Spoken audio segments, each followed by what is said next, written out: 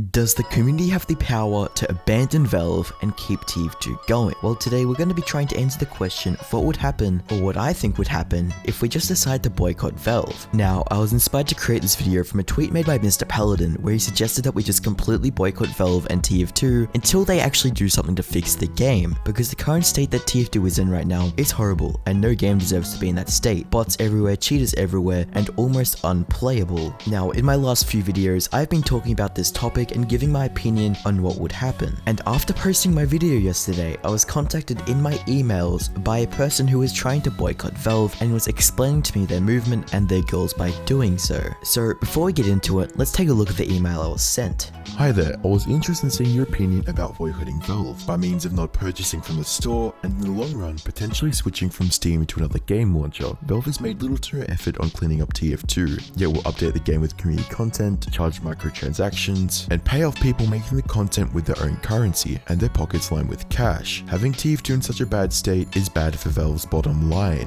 economically and in brand, but they still won't budge and fix the game, as their biggest income in the Steam store itself. The most recent attempts were a year ago by silencing new players unless they spend money, and that was because of immediate outcry about the racist bots. Bot owners found an easy workaround by adding money and then buying a key and selling and trading the key back to themselves.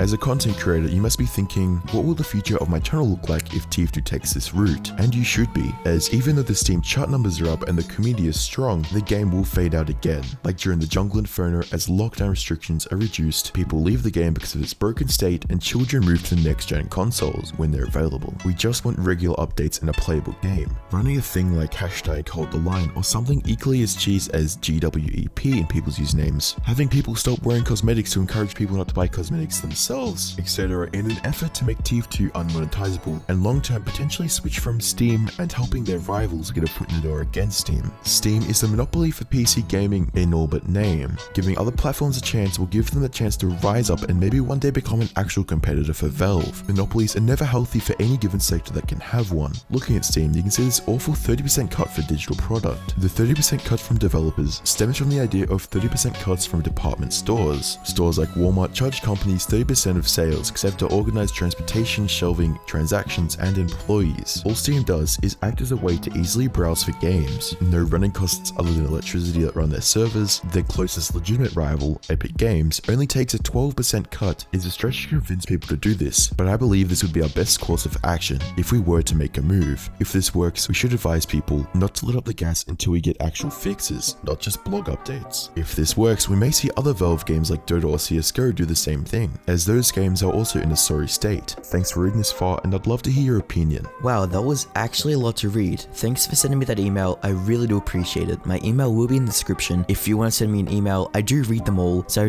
I really do appreciate an email from you guys. So the topic of sort of trying to push Valve to do an update is actually something I've thought of for a while. I've always sort of making a movement, I always have really just funded around this topic. It's been something that interests me, and I really want an update for the game. But I think the idea of this is fundamentally flawed. Yeah, it sounds like a good idea. It sounds like if we just go to Valve's pockets that they'll fix the game and that all things will be good. But there is a huge flaw in this idea that unfortunately we just can't do anything about. So the first problem we'd have is, sure, we get every big TF2 YouTuber to make a video or to make a tweet. We get everyone we can possibly do to make a certain hashtag, a tweet, saying stop buying things from the TF2 store, you know, don't spend any money on the game, take off your cosmetics, don't wear them, you know, just get rid of everything, delete your items, whatever that you want everyone to do, right? We can get everyone to make a video on that, but what we gotta realize is that there are so many people playing the game who don't watch TF2 YouTube videos, who don't check TF2 Twitter, who don't go on Reddit and look. So sure, we'd get like maybe 30% of the people who play the game probably watch videos and stuff, but the other 70% are going to be going as normal. So we can't really do that much. The power we have is actually quite limited. But I really do think that a good thing we can do is email news outlets, especially people who cover gaming news. Email to them an interesting story about TF2 TF2 that is like, you know, somewhat negative, that's real. Like, guys, don't make things up. Be real. Tell them about the bots. Tell them about the cheating situation, and tell them about how Valve is doing jack shit to fix it. Because trust me, for them, it's awesome being able to put a huge name such as Valve in the headline of their news, because they know that when they do that, they're going to be getting a lot of readers. So yeah, the idea of making everyone take off their items, having a bigger movement around YouTube is very flawed.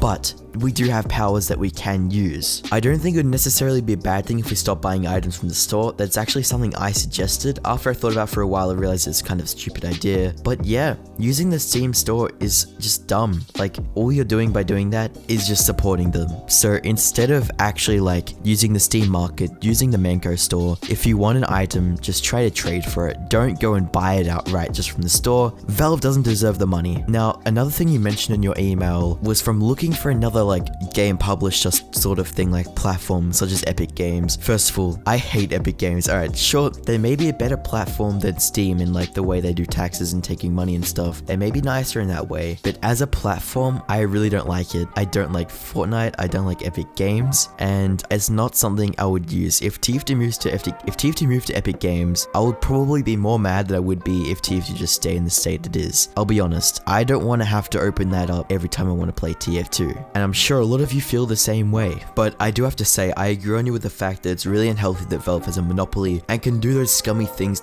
such as taking 30% cuts. That's so scummy, and I really enjoy having community things added into the game, but it definitely does feel like Valve is using it as a way to just be lazy, and instead of just doing updates where they add their own items to the game, they're sort of just like grabbing the community's things and just adding it in. And to me, like, I love having new things in the game. I think it's great. I love having community things in the game, but I wish there was a different ratio, like 80% actual Valve stuff and 20% community stuff. Like, yeah, it's awesome the community's involved, but they really shouldn't be the ones running the game completely. After all, Valve is taking most of the money for this. If they want the community to do things, they should hire people from the community to work for Valve and to make things for the game, because that would just be such a better solution and would be so much more ethical. But what you did mention about making TF2 unmonetizable is a super good idea. Super good? What am I even saying? It's an amazing idea, and I'm on board with that. If people wanted to make that a movement, I'd be down. I'd be down promoting it. I'd be down doing it myself, taking off my unusual, taking off my hats, taking off my weapons, because honestly, I feel like there's a really negative stigma around TF2 that you have to spend money to be good, and that's so wrong in so many ways. Like, some of the best players, you know, I was actually playing some comp recently, and most of the best players actually don't wear any cosmetics, and I thought that was pretty funny because there's always like this stigma saying, oh yeah, you gotta be good you gotta be like, have unusuals to be good, you gotta have nice hats to be good, you could have cool loadouts to be good, but no, you don't. The best players don't even use those hats and stuff, and in the end, it's just really materialistic to have all those hats and like weapons you're never gonna use, Australians. Like, at this point, like,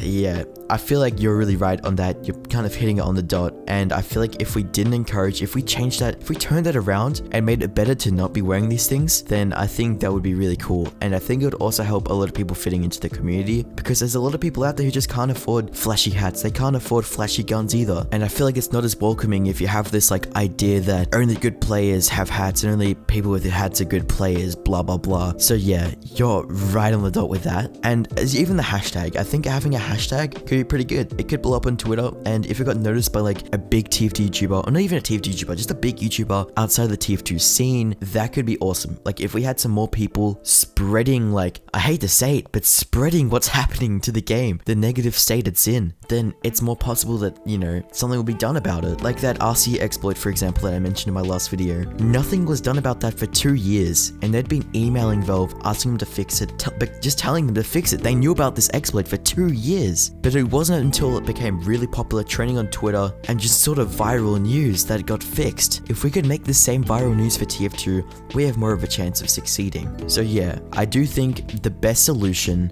is emailing news companies. Just, you know, they have heaps of places where you can contact them, tell them stories, email them, find like some gaming news websites and send them an email. If we all send them an email, they will be just getting flooded with emails, and they'll realize that this is something they gotta cover. So if we all worked together and did that, I think we could seriously make an impact on the game. But until then, I guess we just gotta cross our fingers. Face reveal at 30,000 subscribers, boys.